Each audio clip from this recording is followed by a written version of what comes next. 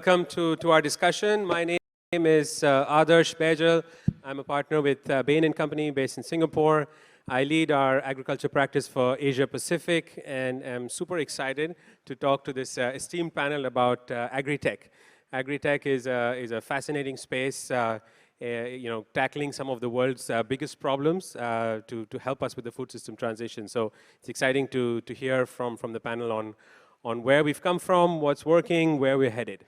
I'm going to ask each of the panelists for a short introduction about themselves, and then we're going to go into a little bit of detail about each of the companies as well. So maybe to kick it off, Dr. Hello, a privilege and an honor to be here this afternoon. Thank you for joining us. My name is Desan. I'm co-founder of BoomGrow. I have a PhD in sustainability, so spent many years working in ESG, corporate governance. And BoomGrow, I co-founded BoomGrow, essentially smart containerized farming systems that control inputs, water, light, humidity, to then ensure consistency of outputs and yield. And in doing so, what we are doing is rethinking farming and the supply chain. Because when you strip away unpredictability and uncertainty and introduce precision in farming, you're then able to essentially maximize output. And then the discussion is crop yield, productivity, quality. And underlying what we do are the fundamental principles of produce, planet, and people, because we are able to grow 100% green greens, pesticide-free with technology. And we are able to do this simply because there's a time, and the timing is that critical infrastructure cost has essentially come down. In the past 7 to 8 years that I've worked in vertical farming, LED lights cost has essentially really reduced with double the efficiency, 70% cost reduction, which means that Agritech as a space has becoming more cost optimized. Technology has expanded, and really at the end, in a very resource-intensive industry, sustainability sits at the heart of what we do, and Agritech currently is really about rethinking how intensive chemicals are being used, not just across soil, but on waterways and its impact on the land and health. All questions we keep asking ourselves every day at BoomGrow. Thank you, Dr. Atif. Thank you so much. Good afternoon, everyone. Thanks for being here and inviting me here. I'm Atif. I'm the founder and chief exec of Wootzano. We make what we call highly dexterous robots. These robots are designed to work like a human being on a production line. Primarily, when a fruit or vegetable is harvested, these robots do everything from sorting, grading, looking for diseases, issues, and retailer or end user specification. We are a British company based in the northeast of England. But we operate in about 8 countries. We just recently started here in Malaysia doing bird's eye chilies. We do all sorts of fruits and vegetables. Chilies in Malaysia just because it was a crop which was in dire need of automation. Labor is an issue everywhere, not just in developed nations. What was surprising to us was even in developing countries, labor has been quite hard to find. People are not willing to do the job where these jobs could be very monotonous, mundane, repetitive, and it's very hard to convince people to do that. And we have been doing this for the past about 4 years now. The company is about 6 years old, but we have expanded quite rapidly. And I think the couple of things which I think we'll go a bit more in detail, but a couple of things which we have done quite well apart from the technology is we managed to get the speed of this robotic system at the same or better speed than a human being, so human speed parity. But also, we managed to get these robots at the same cost as a human being, so human cost parity, which enabled these robots to actually be integrated and be accessible to the wider market. Yeah, so thank you. Awesome. Thank you, Adash. Thank you for the opportunity to be here. My name is Suraya Abdul Rashid. I am a professor at University Putra Malaysia. I founded Qarbotech in 2018, I was a solopreneur at that time, and I was lucky to meet my co-founder 3 years after, and from home gardening, we went into agriculture. So what we have is a solution for plants, to help plants grow better. How do we do that? Through photosynthesis, because photosynthesis is an inefficient process. Only 2% of light is being utilized during photosynthesis. So what we have is a photosynthesis enhancer. It's a foliar spray, and it helps the plants to absorb more light, increasing the photosynthesis rate, and hence increasing the plant growth and yield. So we solve problems associated with climate change, because prolonged drought causes plants to exhibit stress. Prolonged monsoon season causes low productivity as well. So by utilizing our photosynthesis enhancer, we help farmers improve or maintain their crop production during the uncertain climate conditions. Thank you. Awesome. Thank you. Murli. Hi, everyone. Thanks for having me here, in particular to Ministry of Economy, who invited me to speak here. I'm actually very glad to be on a panel where I'm by far the least qualified person. I have no doctorate, no PhD, nothing. These are the experts here. What maybe I can try to bring is more sort of a broad view. So I'm the co-founder of a firm called Tin Men Capital. We're based in Singapore. We've been around for several years now. And I personally have been doing venture since 2008, and before that, other forms of investments and so on. So what maybe I could tell you a little bit about my firm is we are exclusively focused on investing in enterprise technology and B2B marketplaces, covering what we call traditional industries, or if I want to summarize it, I call them, somewhat jokingly, boring but important industries, right? Agriculture being one of them. Boring, but very important, right? Some of the other industries we cover, which actually are related to agri and commodities in general, are supply chain, shipping, construction, so on and so forth. So all legacy industries where technology is helping to alleviate some of the issues we're going to talk about on this panel, such as, for example, labor efficiencies, and so on and so forth. We typically invest in companies at sort of the pre-Series A, Series A stage. So if any founders who are in the audience who want to come and talk to us, please come and do so. One small vignette that I have for you on a personal side is, I have a soft spot for Malaysia in particular because my first ever internship, more than 20 plus years ago, don't be fooled by these youthful good looks. My first internship was actually in KL, just across the park at Petronas Towers. So long history with Malaysia. I have great affinity and sort of affection for the country. And also, some of our companies are present here, and we can talk more about them. One of which, not to do with agri, is the T-shirt I'm wearing right now. I'm not just a fashion model. I'm also, I guess, a promoter of the company. And that's why I am wearing this particular T-shirt. This company has presence in Malaysia, as do many of our other companies. So we have not invested directly in Malaysian companies yet. We're looking. However, we already have some companies with exposure to this country. And I'm looking forward to share more about all of that. Thank you. Thank you, as you said, Murli, very, very exciting panel. I'm going to start off with a little bit of question around just the experience that you've had in terms of developing these fascinating new technologies for the agri world. I've been in agri for a long time, and the smallholder farmer systems of the world in the global south are actually very different from the global north and the large commercial farms that we have there. And we need a lot more innovation in this part of the world for our problems and our situations. And here we have some very, very interesting examples of how you have developed solutions or are developing solutions for the market. I'd love to hear from you just your perspective on the last few years. You've alluded to a little bit in your commentary of things changing, which are making some of these innovations possible. But talk a little bit about the kind of technology development and really how you drove the innovation. I think people generally underestimate the deep thinking in the region and the type of technology enhancement coming to the sector in particular as agri. So would love to hear maybe from each of you, and then I will ask Murli about what he's seeing for the whole sector. Okay, so for us, technology needs to be enmeshed in the business. It cannot be a disembodied arm, and that's how it started. It's been embedded in the DNA of the company.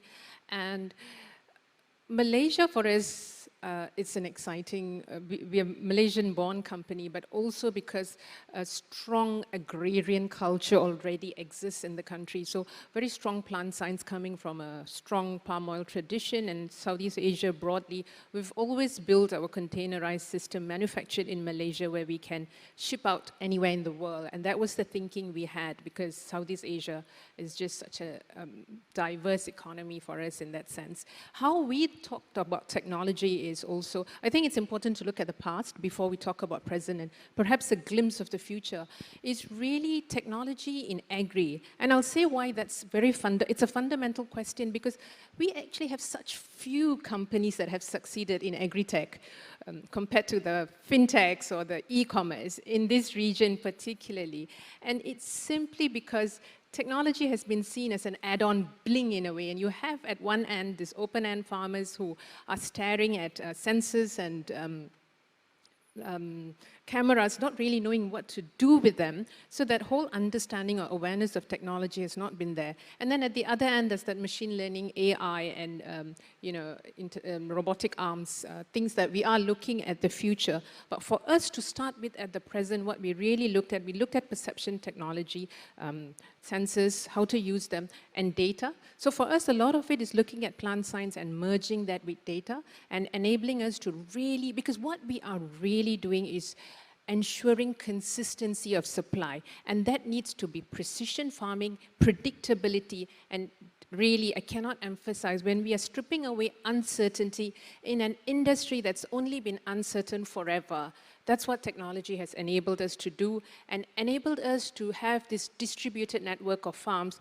all over Malaysia, and now we are in the Philippines and expanding in various other countries, is simply because we are underpinning that is our machine farm OS. The machine is basically, you see, so that's where we've addressed the labor issues. The machine calibrates the inputs, water, light, humidity. What we need people is to really look at the data and to get better, and that's where the data scientists are emerging from our learning and our processes. So fundamentally a rethink of where it is, and of course a glimpse into the future is really looking at AI, machine learning, and how we can get even better in our predictability. Love it, integrating plant science and data. It's a fantastic thought. Atif? Yeah, so agriculture is a very traditional industry. A lot of our customers have been doing the same thing over and over for many, many, many years. Even though change is important, it's very hard to make that change. So when you're trying to get robots to do the work human beings are supposed to do, the big factor is, one is, oh, what if the robot breaks down, what happens? But on top of it, it's cost. Because people think integrating technology means I have to shell out a lot of money, an initial investment, and what you just alluded to, the whole industry is very uncertain. Yep. You don't know what your harvest might be. Are you going to sell the same crop next year? How long you're going to be in business? And there's a variety of issues, and the variety of issues and post-harvest and retail side as well. So what we try to do and what we've done quite successfully is explain and make our customers understand that getting robots or getting robotic systems doesn't have to be quite expensive, and doesn't have to be expensive at all. The way we've done it, and we think it's quite unique, apart from the technology, is that we charge these robots the same hourly rate as a human being in a country it's going in. So if you get these robots in Malaysia, we charge a Malaysian hourly rate for the robots. The robots are priced differently in the UK. We have robots in Australia, Japan, New Zealand, and they have different hourly rates. And what that enabled our customers to do is, instead of having to come up with investment, upfront investment to buy robots, have that cash available, we say that if you have money to pay for human beings, I hope you have money to pay human beings, not getting free labor, then you have money to get robots online. And that was the biggest way where we were able to get these technologies into the fields. We tried, and the mindset is very different. So we come from the UK, we have a very different mindset in British farmers and British pack houses versus the US guys. The US is a very different mindset. So if they have a problem, they don't wait for others to solve it. They really want to solve it themselves. Whether you're a small farm, big farm, or a small operation, big operation, if you have a problem, they want to solve it themselves, and they don't wait for others. Whereas we, from the UK, we are quite pessimistic.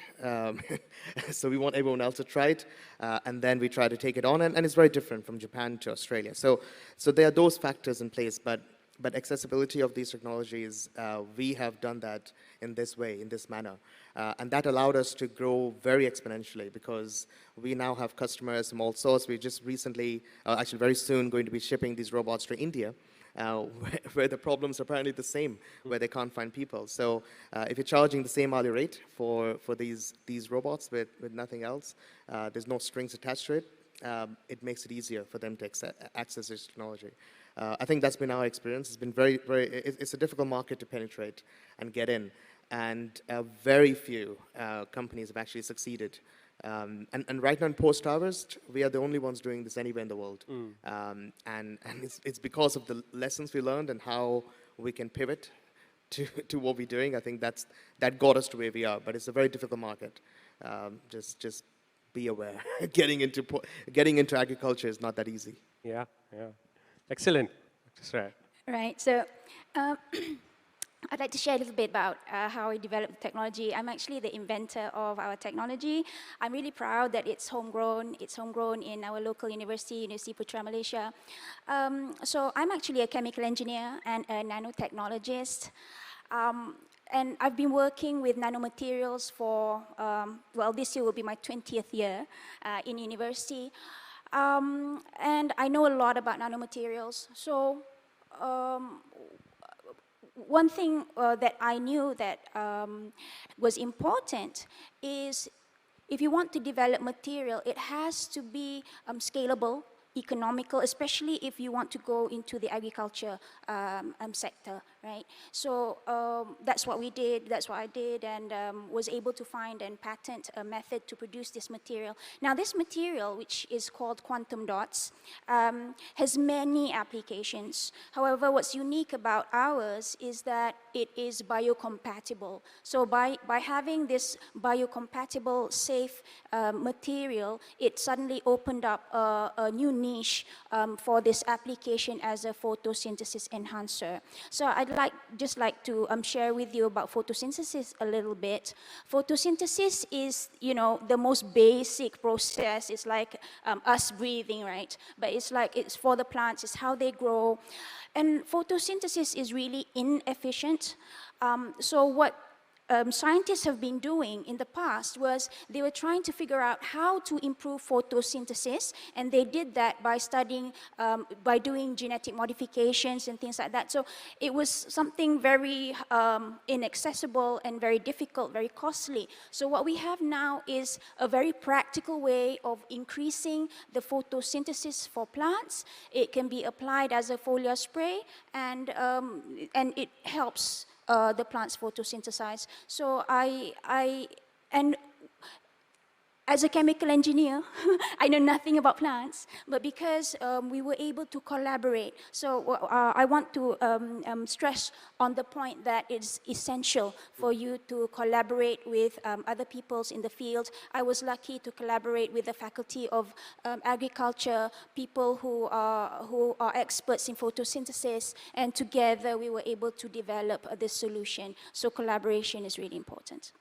Awesome, fantastic. 3 very interesting businesses, very different, and also 3 great themes around integrating plant science with data, innovating on the business model. I mean, robotics and manufacturing and packaging has been around for a long time, but not so much in food. So that innovation is amazing, and your collaboration point is excellent, which is much needed. Maybe, Murli, coming to you, B2B tech is a broad space and lots of other interesting options to choose from. How do you think about Agritech versus other sectors that you look at? How is it changing, and what are other themes that you're seeing, or any of these themes that you're seeing as becoming interesting opportunities? Sure. Interestingly, a couple of years ago, I was speaking at some other conference, and one of your colleagues from Bain put up a chart during his presentation, which showed the adoption of digital technologies by industry. And agri was way down, sort of to the bottom left, right? A lot of people would look at that and say, just like sort of forget about it, right? But in fact, I think it's not just a spin, but there's actually a very good positive side to it.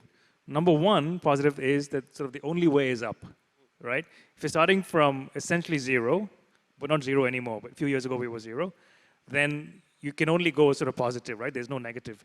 That's one very obvious statement. But the second less obvious statement is, if you go and look at how tech was adopted for, let's say, some other industry like retail, banking, telecom, which are all much more tech advanced, you can learn the lessons that they learned without actually having to make the mistakes that they might have made, right? So you can actually pick up some of those elements of it. So I think Jay said something about glimpse into the future. This is how Agri can sort of glimpse into the future, right? You can basically say, look, I don't need to repeat somebody else's errors. I don't need to waste time and money on those things and actually do sort of positive things. Specifically on agriculture, the way I look at it is there's stuff you can do on farm, and we've talked a fair bit about those. There's also stuff in the value chain beyond that, so off farm, right? So on farm, I think some of the elements talked about already, which I wrote down before some of the other speakers spoke about, were things that come from life science chemicals, things that come from robotics, things can come from some of the other areas. But in addition, on farm, I think you can think about things like IoT software, IoT devices. You can think about visual analytics, right? So for example, if you have a very large farm, then you may not have the ability to scalably examine every plant for potential disease formation, etc. But can you do that using visual tools? That's all on farm, right? Off farm, which is basically what I call sort of from the farm out the gate, beyond that. I think there's a bunch of opportunities, and I wrote down a few just as highlights here. You can optimize the supply chain. There are opportunities in financing because there's so many different players from literally not just the farm, but pre-farm, right? Farm inputs, right? From that point onwards, through to it landing on a supermarket shelf or ending up in a restaurant to be made into a dish, whatever it might be. There's many, many players there, each of whom needs financing solutions. You can actually talk about end customer efficiencies, or even something like, we've got a company in our portfolio which does product development for consumer packaged goods, mostly food items, right? When they think about, okay, what's my next new product I'm going to launch, which might be a breakfast packaged good or might be something else, that then has implications propagating back up the value chain as to which products, which crops you need to grow, where they need to come from, so on and so forth, right? So as a farmer, you need to have access to that information to ensure you are ready for the market when the product is needed. There's things you could do around pricing. So if you are better able to manage your, not just your input costs, but also ensuring that you are aware of where the market is going in terms of pricing 2 years down the road, then you can actually have a more sustainable sort of operation. And then one thing I do want to mention is, we've talked a lot about efficiency, meaning getting more out of the farm. There is, I think, a lot of scope for companies to work on innovations to reduce waste, right? Because that is where I think the world has enough crops to feed everybody, but we also know there are many people starving out there. And the reason for that is not because we don't have enough crops today, right? We don't need to actually get more farms. We need to reduce wastage. And reducing wastage sounds like a simple statement. It's not.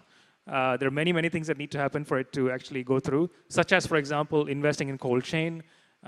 Cold chains do exist, but sometimes they're inefficient.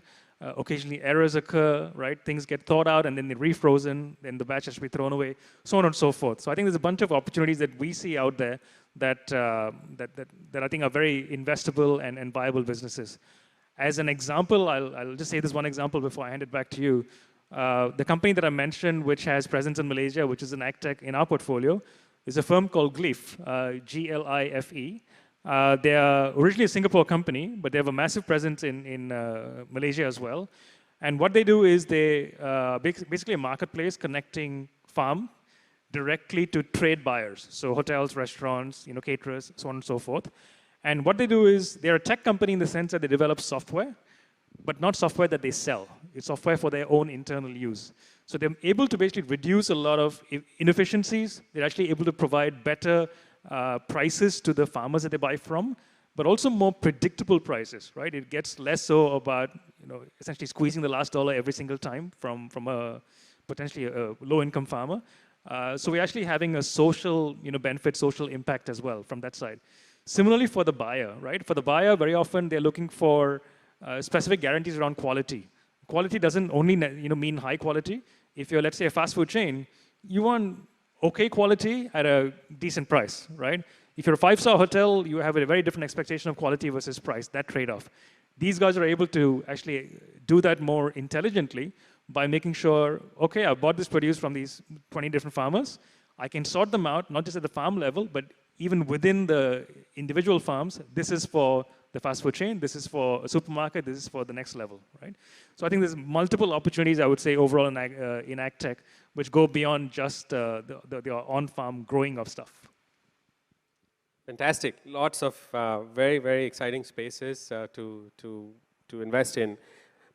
Maybe turning a little bit to thinking about Southeast Asia and how it's unique in the world. So, we know obviously it's a very interesting region, quite different in many ways from many other parts of the world. Very rich in biodiversity, diverse in terms of countries and dynamics.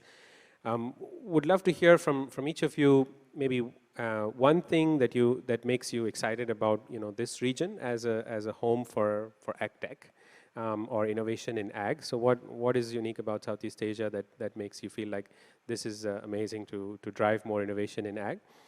And then one thing which is an imperative for the future so that our sector grows. As Jay was saying earlier, it's still much smaller than it needs to be, and particularly to solve some of the challenges in the food system. So what would be one thing that you would like to see for us to get in Southeast Asia to solve so that the sector can grow further? Okay.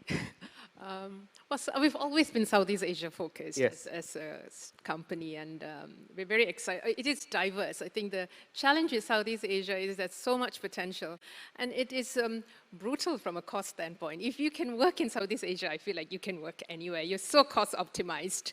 You have to be, because that's where the market is brutal in that sense, and it's worked for us. And for us, our unit economics has always been, in terms of yield, like how much can we go per square grid? We've always been so efficient that way. Southeast Asia is exciting because there's increasing interest, not just from governments, but the consumer itself in terms of hyperlocal sourcing, hyperlocal produce, and awareness in terms, as we sit here, there's this vast network of supply chain that's humming in the background, and that's actually, it's staggering in terms of the 30% of the global CO2 comes from agriculture, and consumers are waking up to the fact, governments are in terms of food security, the fragility of this supply chain. And that's where real innovation is really coming across in terms of local sourcing. And for us at BoomGrow, it's really, our farms are network farms and very modular, plug and play. We put in farms as and where consumers live and shop. So really rethinking farming and that whole, most of your food travels hundreds, if not thousands of kilometers to get to you. That's going to really change, and Southeast Asia gives us that in an increasing urbanized economies and growing middle class. And that growing middle class is very exciting for us from a business standpoint. And your second question is, what's the imperative? What do we need in the next 5 years? I think for us, okay, next one thing only. Your top thing. Okay, my top thing is, this whole us versus them. I like what Murli said when he saw it as a whole value chain, right? And that's fundamental, because Agritech, this whole tech thing is seen as an external, small, even within Agritech, there's this whole large companies that are traditional farming companies, then there's the Agritech. We need to be seen as integrated as one, solving a problem across the value chain. And that will really, that kind of ecosystem is fundamental, and why I'm so passionate about this summit and why we converged here, because there's a moment and a time for Agritech, but it can only happen when we see us as in industry players, traditional, new, emerging, whether it's packaging, it's vertical, it's food tech, as part of solutions. Yeah. Fantastic. Love it. Yeah, for us, Southeast Asia is a growing market, is a massively growing market. For robotic systems, obviously, robots, they are used for packing for retailers, but also for open market. A lot of the fruit also goes out and be sold on the streets or other places. So we do all the post-harvest processing. But a huge market for us is the actual packed products, which happens majority, almost if not all the products sold in developed nations is in a pre-packed manner. But what we've seen in the recent years, the biggest growth is in Southeast Asia, Asia, and East Asia, where there's a growing middle class population, which means people are demanding more hygienically packaged and more better quality products as opposed to buying whatever is the cheapest. People are happy to pay a bit more to get something which is more controlled and better in quality. So we see that as a massively growing market for us, and for us to be based here in Malaysia. We started in Malaysia, the first country in Southeast Asia where these robots are going to be deployed, which is great. I was really excited about this because we thought it would be another 2 or 3 years before we actually sell robots in this region. And we just started off. We started the discussion last year. It originally initiated by the Ministry of Economy, and here we are getting the robots across the country. And I think that's very exciting for us. And the willingness to adopt new technologies is fascinating. So it actually beat our own records of what we thought we would do in the region. That's a good side.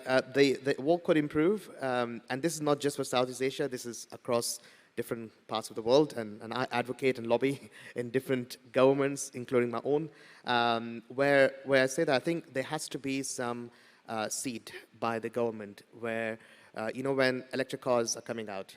And I know in Malaysia, I was very surprised as well to see a lot of EV integration. In the UK, we had lots of grants to enable people to get things. We've seeded the market. The government took a lot of hit to enable new technologies, so de-risk that technologies to be taken up by the population.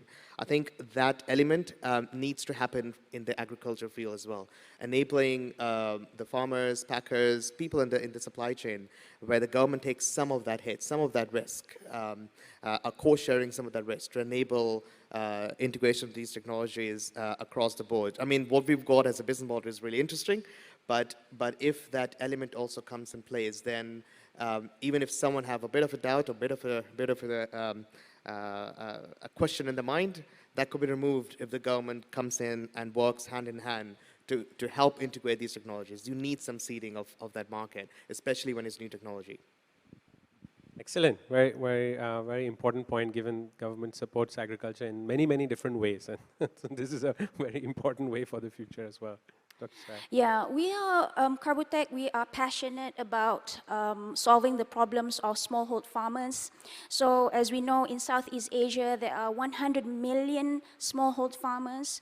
And when they are exposed to the climate crisis, prolonged monsoon, prolonged hot weather, this really causes a drop in their productivity. 30 to 40% drop in productivity means a collective sum of 35 billion US dollars. And now this isn't just a statistic. It means for the average farming family, it means less food on the table, less money for education and health. Right? So what we are passionate about is helping farmers to improve their productivity, improve their livelihood. So that's one thing we hope to help the farmers in Southeast Asia. In terms of opportunities, I'd like to echo what Dr. Jay said, and I hope that government and investors see the potential for collaboration in the entire ecosystem. Thank you. Very good. Lee. I'll say maybe two positive things, not just one. One, I think, specific to Malaysia, right? As I think one of the other speakers said, we've had a long history of agrarian sector here. But equally important, we actually have very good infrastructure in Malaysia, right? Actually, arguably better than almost any other country in the region. So that's obviously a very good sort of place to start from. More broadly, Southeast Asia as a whole, we're finding increasingly that, especially over the last couple of years, with this whole trade war, yes and no, is it a trade war or not? But I think really it is, between China and the US. there's been a lot more capital flow to Southeast Asia as a result, partly from investors who used to invest in China who can no longer or choose to no longer invest there, but also from Chinese capital coming outside and saying, look, we've got to diversify. We have to look at other places, etc. And what's a very obvious place to go? Well, Southeast Asia, because culturally more similar. Some of the US money that got diverted away from China has gone to India, but Chinese money is not welcome in India, right? So there's really the only place to put in money is sort of Southeast Asia. So that's obviously a very, very good sort of positive thing. In terms of, I think, something that could be maybe improved, if you look at, now I'm going to speak about things that I know, so forgive me. If you look at the venture capital industry in established markets, especially the US, but also some of the other markets, initially was a business that was all about generalists, right?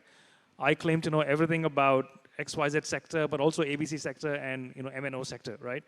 Whereas as those ecosystems develop, you get increasingly specialists. We've had the first wave of venture capital and entrepreneurship in Southeast Asia for now, let's say give or take a decade.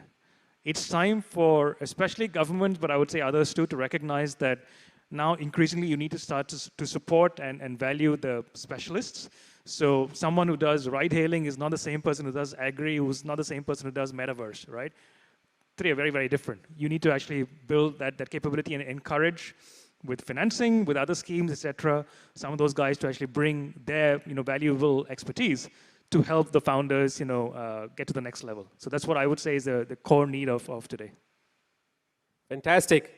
Super interesting. I could go through the afternoon. This has been a very, very interesting chat. Unfortunately, we are out of time. So I just want to echo a few things that were said.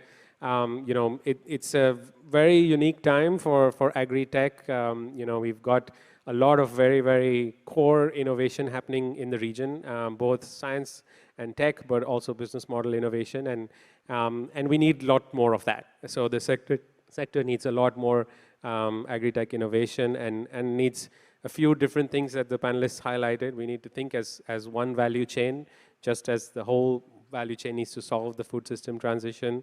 We need to collaborate better. We need the support from the countries, from the governments for the sector, and we need the right understanding of the sector, the right expertise, all of which we are hoping to build. Thank you very much to our esteemed panel for a fascinating conversation. I really enjoyed that, and I hope you all did as well. Thank you. Thank you, panel. We'd like to invite everyone to kindly pose for a photo to wrap up the session.